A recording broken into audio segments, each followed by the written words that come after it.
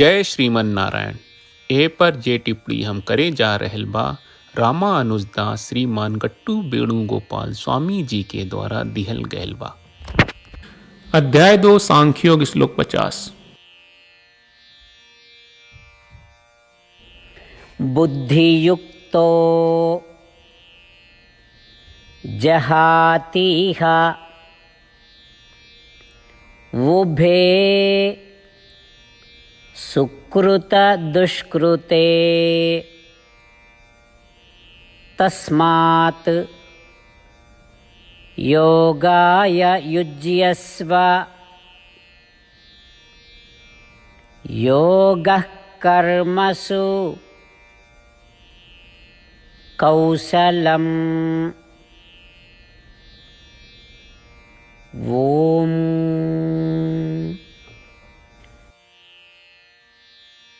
गीताचार्य श्री कृष्ण परमात्मा अर्जुन समेत हमनी सबके ब्रह्म विद्या के शिक्षा दे रहल बानी।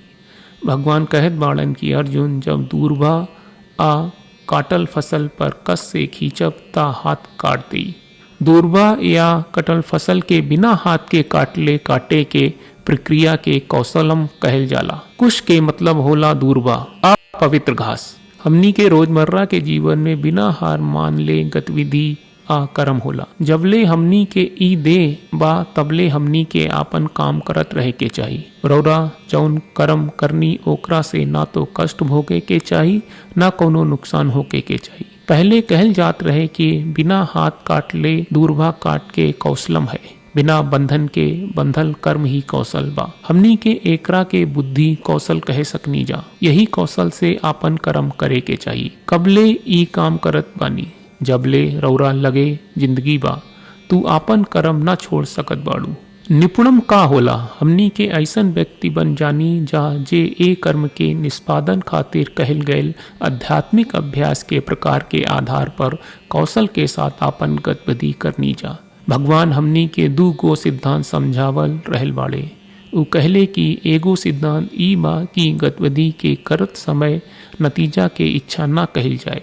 दूसरा सिद्धांत ई बा कि भले ही रउआ कौनो नतीजा की इच्छा ना हो के खे लेकिन कुछ नतीजा आवे के तय बा, चाहे उ आपके पक्ष में होके या ना। नतीजा रउरा पक्ष में होके या ना या सकारात्मक होके या नकारात्मक आपन दिमाग के ओ परिणाम से ना जुड़ल होके देई आ आपन दिमाग के स्थिर रहे देई। ता अर्जुन ई दुई सिद्धांत के अपनावल आ नियमित रूप से आपन कर्म कहल कौशलम के नाम से जानल जाला।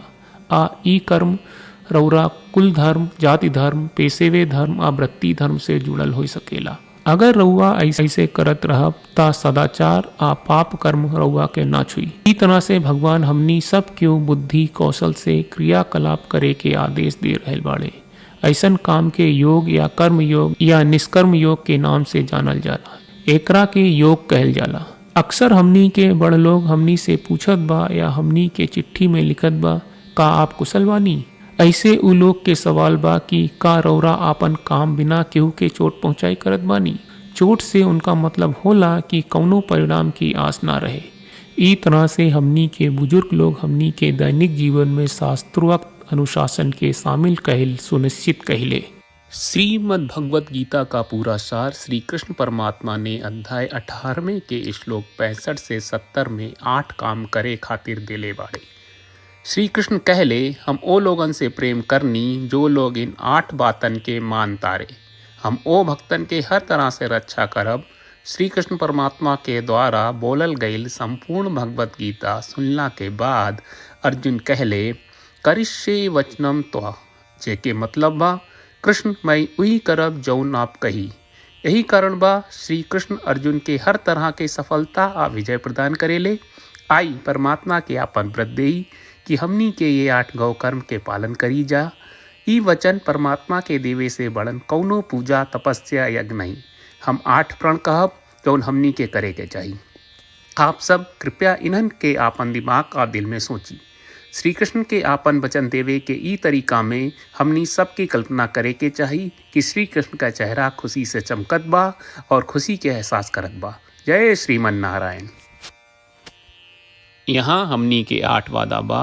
हमनी के पहला वादा हे श्रीमन नारायण, आपका निर्देश के मुताबिक हम हमेशा तोहार ध्यान करब और तोहार बारे में सोचब।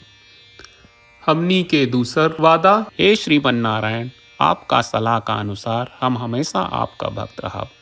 हमनी के तीसर वादा, हे श्रीमन नारायण, हम आपन सब काम तोहरा सेवा के रूप में और तोहरा संतुष्टि खातिर करब। हमनी के चौथा वादा, हे श्रीमन नारायण, जैस की आप माने के कहले रहलू, हमरा बहुत विश्वास बा कि हम आपके होई और हम हमेशा आपन दोनों हाथ जोड़ के आपके नमस्कार करब और आपकी पूजा करब। हमनी के पांचवा वादा, हे श्रीमन नारायण, हमरा के तोरा बात माम एकम शरणम ब्रज 1866 याद कहले, जहाँ आप हमरा के आपन का अर्पित करे का कहा। श्रीमन नारायण, मैं हमेशा तोहरे शरण में रहब। हमनी के छठवां वादा, हे श्रीमन नारायण, हमरा के तोहरा बात माँ सुचहा 1866 याद कहले कि आप हमनी के शोक ना करे का आश्वासन दे रहे बड़े, हम अब और शोक ना करब। हमनी के सातवां वादा, हे श्रीमन नारायण, आपने हमरा खातिर श्रीमद् भगवत गीता के वितरण करके हम सबके कृपा कहले और आशीर्वाद दहले बा। हम वादा करत बानी कि रोजाना कम से कम एक श्लोक पढ़ब या सुनब। हमनी के आठवां वादा, हे श्रीमन नारायण, आप गीता के पूरा मानवता तक ले गयलू। हम गीता में आपके दिव्य वचन के उन भक्तन तक पहुँचावे के प्रयास करब जे गीता से अपरिचित बा।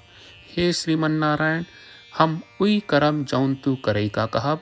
हम ऐसन व्यवहार करब जैसन आप चाहत बानी और हम खाली आपका खातिर काम करब। श्रीमन नारायण के रोज आपन वचन देहल कि हम वैस करब जैस आप कहत बानी, ई अपने आप में बड़न पूजा बा। श्रीमन नारायण, करशे वचनम त्वा। श्रीमन नारायण, हम तोरे निर्देश के मुताबिक काम करब। सर्वम श्री कृष्ण अर्पणम अस्तु। जय श्रीमन नारायण। बुद्धियुक्तो जहातीह उभे सुकृत दुष्कृते तस्मात्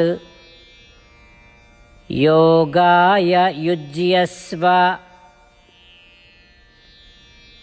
योगः कर्मसु कौशलम्। ओम। बुद्धियुक्तो जहातीह उभे सुकृत दुष्कृते तस्मात् योगाय युज्यस्व। योगः कर्मसु कौशलम्। ओम। श्रीमन्नारायण, करिष्ये वचनं तव। सर्वं श्रीकृष्णार्पणमस्तु। जय श्रीमन्नारायण। जय श्रीमन नारायण। सब भक्त लोगों से विशेष अनुरोध बा, जीवन में हर चीज में हमनी के तत्कालिक और प्रभावशाली परिणाम की अपेक्षा रहला। एकरा खातिर आइए रोजाना 1 मिनट के समय निकालल जाए और नारायण आश्रम पढ़ल जाए। नारायण आश्रम प्राप्त करे खातिर नारायण आश्रम वेबसाइट पर जाई, जो www.narayanaashram.org है, और पंजीकरण में आपन नाम और ईमेल दर्ज करी। आपके द्वारा प्रदान कईल गई ईमेल पर आपका एक नारायण आश्रम PDF प्राप्त हुई। PDF में एक रामायण श्लोक, एक गीता श्लोक और एक विष्णु नामम बा। ये तीनों के मिल के नारायण आश्रम कहल जाला। हर व्यक्ति के ये श्लोक के अलग अलग संयोजन मिलेला। जब हर कोई 24,000 भक्तन के साथ रोजाना आपन नारायण आश्रम पढ़त आ सुनत बा, ता हर दिन संपूर्ण रामायण का 1 दौर, श्रीमद् भगवत गीता पारायण के 33 दौर और श्री विष्णु सहस्त्रनाम स्तोत्र पारायण के 24 दौर प्रतिदिन पूरा होएला। ई एक बहुत ही उल्लेखनीय और विलक्षण परिणाम बा, जौन हर एक दिन ऐस करे से निकलेला। ई कारण बा कि आप और आपके परिवार के सदस्य तुरते जाके आपन नारायण आश्रम प्राप्त करी। जय श्रीमन नारायण।